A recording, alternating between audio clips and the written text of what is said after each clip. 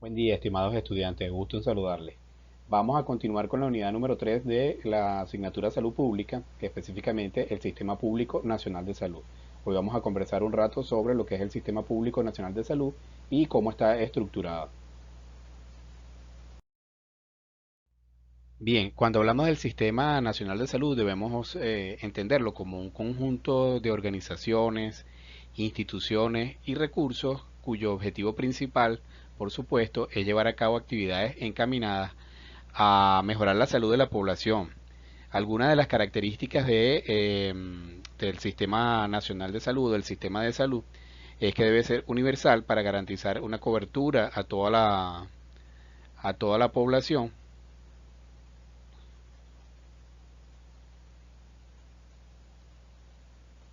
Por supuesto, sin ninguna discriminación, sin ningún tipo de distinción por ingresos, condición social o cualquier otra característica particular. Debe también propender hacia la equidad, buscar eliminar las desigualdades en el acceso a la atención médica, asegurando que todas las personas puedan tener las mismas oportunidades para recibir una atención de calidad. Además, debe ser solidario, de financiarse principalmente con fondos públicos, lo que significa que la población contribuye de acuerdo con su capacidad económica para recibir atención también, por supuesto, en función de sus necesidades. Esto es lo que es un poco la equidad también. Integral, brindando atención completa, tanto que abarque la promoción de la salud, la prevención de enfermedades, la atención médica especializada, la rehabilitación, pero también la atención de los problemas de salud particularmente. Participativo que involucre también a la comunidad en la toma de gestiones y como ya vimos en la clase anterior que está además que constituye uno de los elementos o de los principios rectores de la constitución vigente en Venezuela.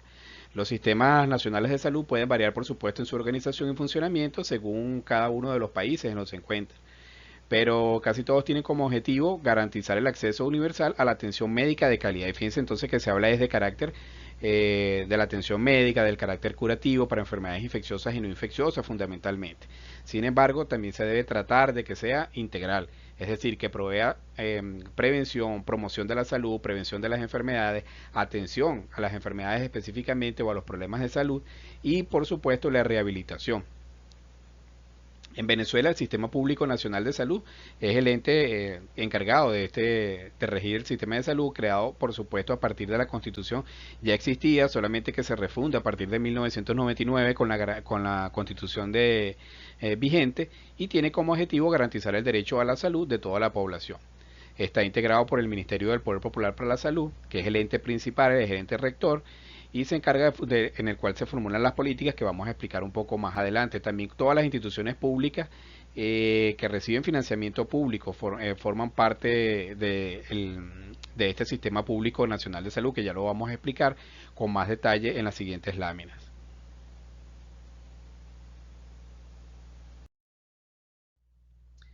Antes de continuar, debemos por supuesto hablar de los modelos de atención. En Venezuela existen al menos tres modelos de atención. Un modelo de atención abierta que está atendido principalmente por el Ministerio del Poder Popular de la Salud, para la salud, perdón, de libre acceso y financiamiento público.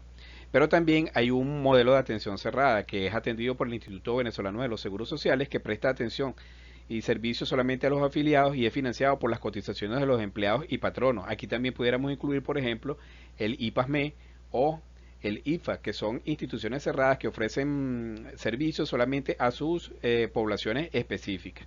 En el caso del Instituto Venezolano de los Seguros Sociales, solamente se mantienen cerradas las prestaciones sociales, mientras que la atención a la salud puede tener, de hecho es de carácter universal, es abierto a todo el público, pero mantiene sí los servicios que tienen que ver con la previsión social de los trabajadores, se mantienen solamente para los cotizantes. Y por supuesto también existe un modelo de atención privada cerrado disponible solamente para aquellas personas que tienen capacidad de pagarla y en el cual muchos de los también algunas instituciones públicas mantienen a través de los seguros algún tipo de atención a través de este modelo financiado bien con fondos públicos y algo de participación de los empleados, pero fundamentalmente se caracteriza por ser un modelo de atención cerrado para las personas que pueden pagar ese tipo de servicios.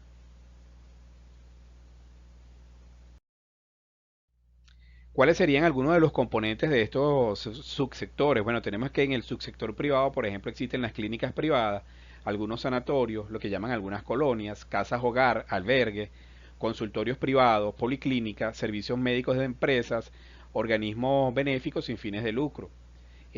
La característica principal es que evidentemente la toma de decisión se halla en el ámbito privado, de las personas que financian este tipo de servicio.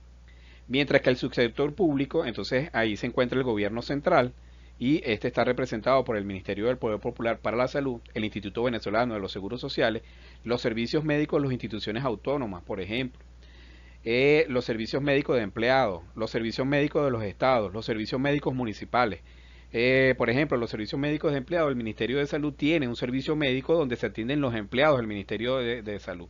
Entonces ese servicio médico también es de carácter público para, aunque está dirigido fundamentalmente para atender a las personas o a los empleados de ese ministerio.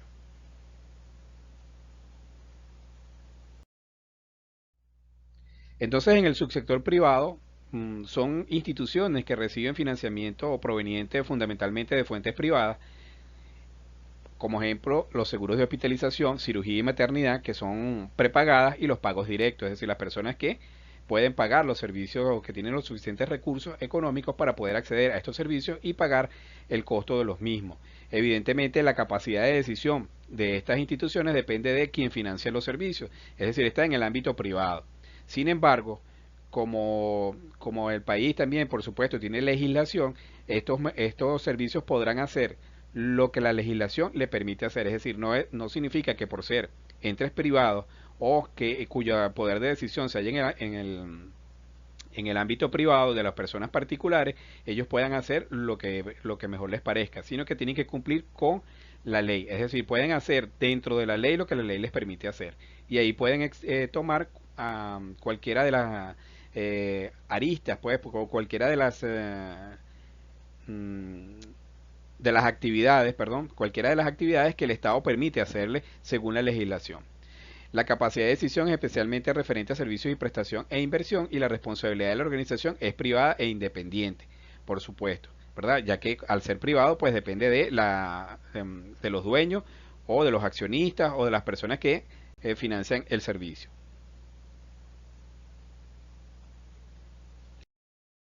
El subsector público, ¿verdad? Lo conocemos entonces como el Sistema Público Nacional de Salud. Es un complejo orgánico y funcional que integra en un mismo régimen o bajo una misma organización las instituciones, los órganos y los establecimientos que reciben financiamiento público. Suministran programas y servicios de salud y reciben financiamiento por parte del Estado. La capacidad de decisión entonces en lo que respecta a la prestación de los servicios se encuentra entonces en la esfera pública, es decir, dependen de las decisiones del Estado para poder prestar sus servicios. En este caso, cómo se organiza, cómo se definen los servicios que se pueden prestar, está normado en función de la ley. ¿Por qué? Porque reciben financiamiento esencialmente público. Aunque aquí pudiéramos conseguir algunos modelos que son semicerrados. ¿Por qué? Por ejemplo, el IFAD solamente ofrece servicios para la población, para su población específicamente, en el sector militar, por decir algo. El Instituto de Previsión del Ministerio de Educación también, que es el IPASME, ofrece servicios solamente para los usuarios o para los beneficiarios que dependen del Ministerio de Educación. Entonces aquí, aunque son públicos, se encuentran, digamos, un poco restringidos en cuanto a algunos servicios, porque la atención de salud siempre está abierta para todos.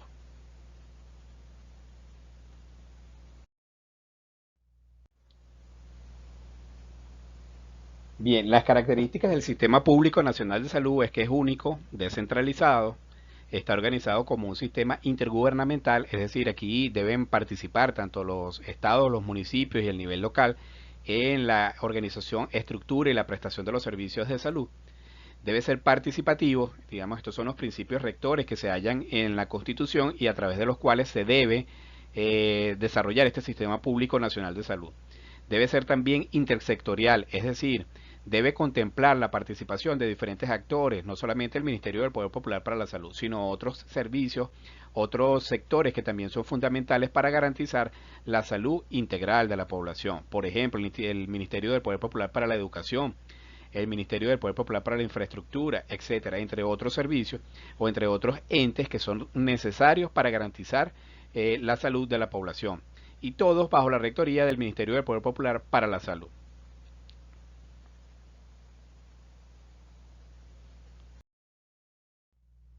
Los principios del Sistema Público Nacional de Salud que emanan de la Constitución vigente en Venezuela son la universalidad. Debe ser abierto para todas las personas, indistintamente de su condición social, de su religión o de sus creencias, tanto políticas como de cualquier tipo.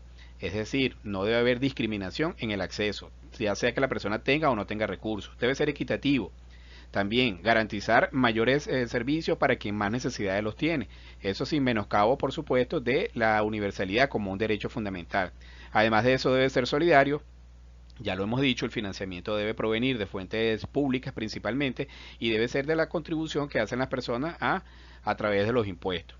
Debe propender hacia la integración social, es decir, debe ser un sistema público nacional de salud que provea, ¿verdad?, características que permitan la integración de la sociedad como un todo. Debe ser gratuito, ¿no? Ya incluso la Constitución lo establece expresamente.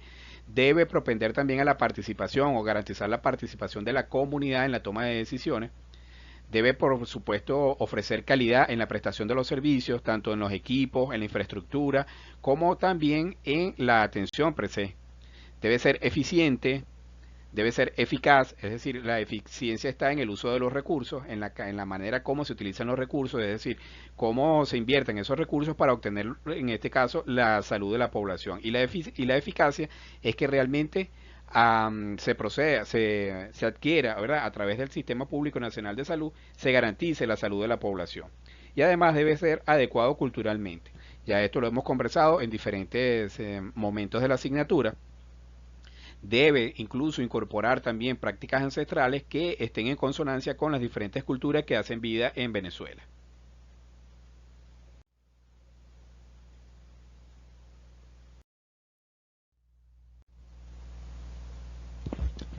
En cuanto a los niveles de autoridad del Sistema Público Nacional de Salud, tenemos que existen tres niveles, ¿verdad? El nivel central, que está representado por el Ministerio del Poder Popular para la Salud, como ente rector de lo que es el Sistema Público Nacional de Salud en Venezuela, y se encarga, por supuesto, de la formulación de la política de salud, de las estrategias a través de las cuales se van a implementar esas políticas de salud, de las normas y de la planificación en general. Es decir, digamos que el ministerio, su función principal como ente rector es de establecer, definir la política y cómo ella se va a instrumentalizar para que pueda cumplir con los objetivos que se plantea, que es garantizar la salud integral de la población venezolana. Luego tenemos un nivel regional, ¿verdad?, que tiene funciones específicas de dirección, coordinación, supervisión y control de esas directrices que emanan de la Política Nacional de Salud y que evidentemente entonces a nivel regional vemos que existe o debe existir alguna figura que se encarga de hacer la dirección y la coordinación de esas actividades para cumplir nuevamente, repito, con los objetivos de garantizar la salud de la población. Y finalmente, a nivel local, que es donde se programa, se ejecuta, se evalúa y se controla. Digamos que estas son las unidades operativas en donde se ejecuta la política nacional de salud, es decir, ahí es donde se instrumentaliza directamente esas estrategias, esas normas, ¿verdad?, que han venido o que vienen desde el nivel central. Sin embargo, acá en esta estructura, por supuesto, nos falta en el nivel local la participación de la comunidad en la toma de decisiones, que es fundamental para poder obtener el logro del objetivo que se plantea, la política como tal.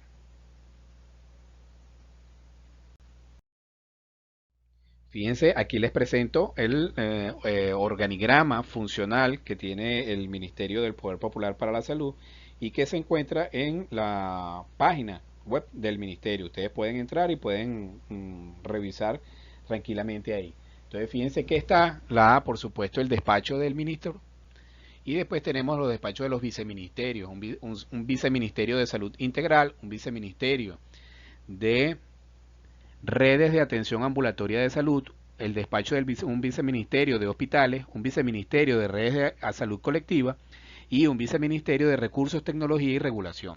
Evidentemente cada uno tiene funciones particulares, pero como todas están estructuradas, digamos que este organigrama al final lo que nos da cuenta es de cómo se estructura el ministerio a nivel central, que es donde, repito, se definen las políticas, las estrategias y las normativas que van a emanar las líneas directrices a través de las cuales se va a ejecutar la política de salud en Venezuela. Ya para ir finalizando la clase, entonces hablamos un poco de la definición, que ya la hemos dicho, pero vamos a reiterarla aquí.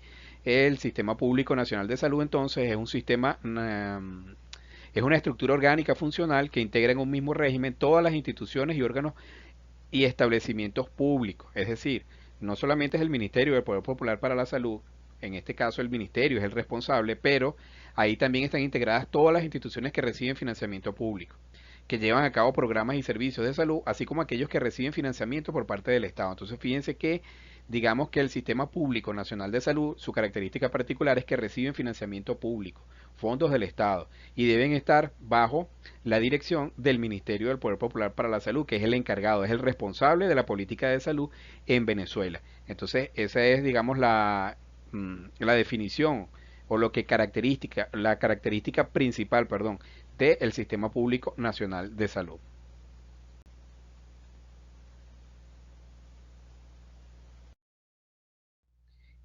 Y entonces aquí hablamos, ¿verdad? Un poco de los niveles de prevención. Cuando hablamos de la salud integral, estamos hablando que toda la atención a salud, digamos, el Sistema Público Nacional de Salud debe proveer una atención de salud que sea de calidad.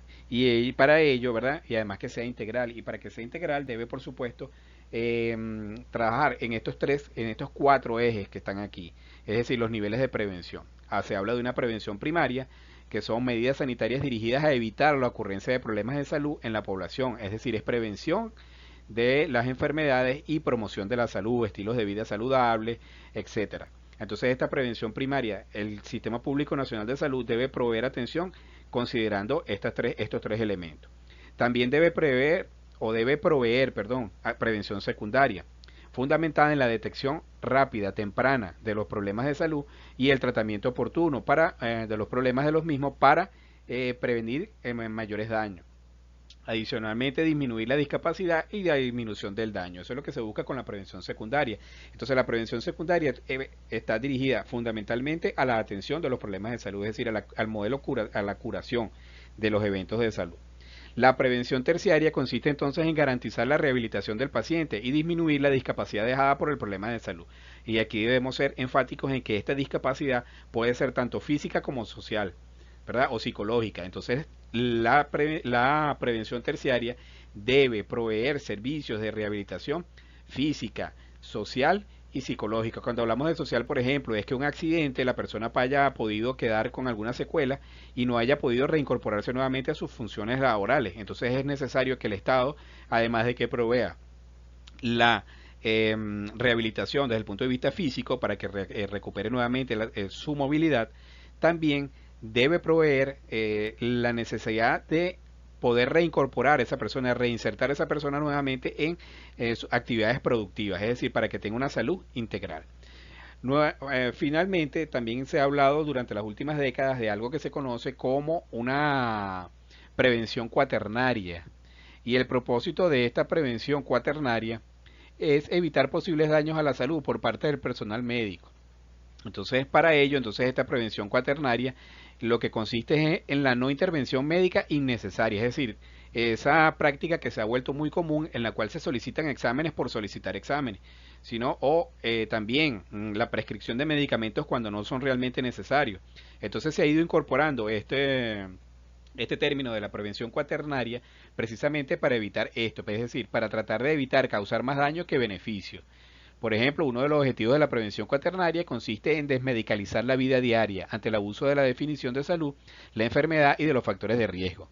Se trata entonces de no usar lo innecesario y de no abusar de lo necesario, especialmente en poblaciones de riesgo como los ancianos y los pacientes con enfermedades crónicas. Fíjense ustedes que es muy común en los pacientes, sobre todo los ancianos, el uso excesivo de medicamentos.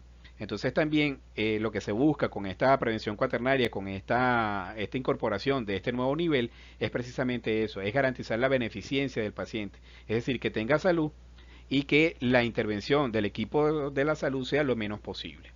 Bien, repito, para finalizar, una reflexión que quería dejarles es que esta estructura que hemos presentado acá, podemos decir que es una estructura provisional. Mucho de lo que hay aquí se ha tomado del sistema de salud anterior a la aprobación de la Constitución de la República Bolivariana de Venezuela en el año 1999, lo que contempla la Ley Orgánica de Salud vigente del año 98 y los principios, por supuesto, que se han esbozado en la Constitución de la República. Pero hasta tanto no existe una nueva ley orgánica de salud que regule todo el sistema, pues toda esta presentación evidentemente, aunque es importante conocerla y tenerla, sigue siendo provisional. Es decir, tenemos la necesidad de impulsar la promulgación de una nueva ley de salud que organice el Sistema Público Nacional de Salud. Buen día, pues espero que haya sido de provecho la clase y continuamos en la próxima sesión.